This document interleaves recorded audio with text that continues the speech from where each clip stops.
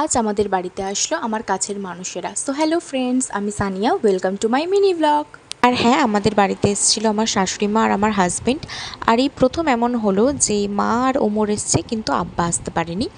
তো দেখো, এখানে মা আমরা সবাই মিলে একটু গল্প করছিলাম আর মা এসেই কাজ করতে শুরু করে দিয়েছে। আর হ্যাঁ, আমাদের মধ্যে বন্ডিংটাই এরকম। আর আমার মার সাথে তো আমার আরেক মায়ের বন্ডিংও খুবই ভালো। এখানে দেখো আহান এসেছিল আর ও ওমরকে দেখে খুব ভয় পাচ্ছিল আর কান্নাকাটি করছিল। আর তারপর দেখো আমার বোন আর ওমর গল্প করতে ব্যস্ত, ওদের গল্প তো শেষই হচ্ছিল না। তারপর আমরা লাঞ্চ করতে বসে গেলাম। আজকে লাঞ্চে ছিল ডিম, আলু ভাজা, মিহিরা মাছ, ডাল, ইলিশ মাছ, এখানে তো স্যালাড ছিল আর ছিল মাংস। এখানে দেখো ওমর বোনের মুখে পারফিউম নিয়ে স্প্রে করছিল। আর তারপর বোনের সাথে তো মজা করে ওর হয়নি, আমার মার সাথেও মজা করা শুরু করে দিয়েছে। এই বোতলটা ওমর এনেছে বাড়ি থেকে মাকে গিফট করবে। আর হ্যাঁ, এর পিছনে একটা কাহিনী আছে।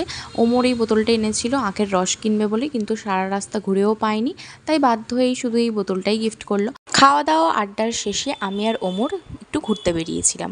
আর ঘুরতে ঘুরতে চলে আসলাম দক্ষিণ বারাসাত। আর এটা হচ্ছে দক্ষিণ বারাসাত সিনেমা হল। আর আমি ওমরকে বলছিলাম যে এখানে না আমার কোনো দিন আসা হয়নি। এরপর আমরা দুজন গল্প করতে করতে চলে গেলাম জয়নগরে। জয়নগরের কেন বিখ্যাত তোমরা তো সবাই জানো, এখানকার মোয়া খুব বিখ্যাত। আর এর সাথে তোমরা দেখো এই পৌরসভাটা, এটা হলো জয়নগরেরই পৌরসভা। তো আমি অনেক দিন পরে এখানে আসলাম আর এসে তো দেখলাম পৌরসভাটা নতুন করে রং করেছে, তো দেখে ভালোই লাগছিল। তো এরপর আমরা বাড়ি চলে আসলাম আর বাড়ি চলে এসে দেখি সবার খাওয়া দাওয়া কমপ্লিট। তাই আমরাও এখানে ফল খেয়ে নিলাম, মা আমাদের জন্য ফল কেটে দিয়েছিল আর তারপর মোমো খেয়ে নিলাম। আর এরপর তো ওমররা বাড়ি যাওয়ার জন্য তাড়াতাড়ি করছিল, কারণ এবার তো আব্বা আসেনি। তো আজ এই ব্লগটা এই পর্যন্ত। এরপর নতুন কোনো ব্লগ নিয়ে আবারও তোমাদের সাথে দেখা হচ্ছে। সবাই ভালো থেকো, সুস্থ থেকো।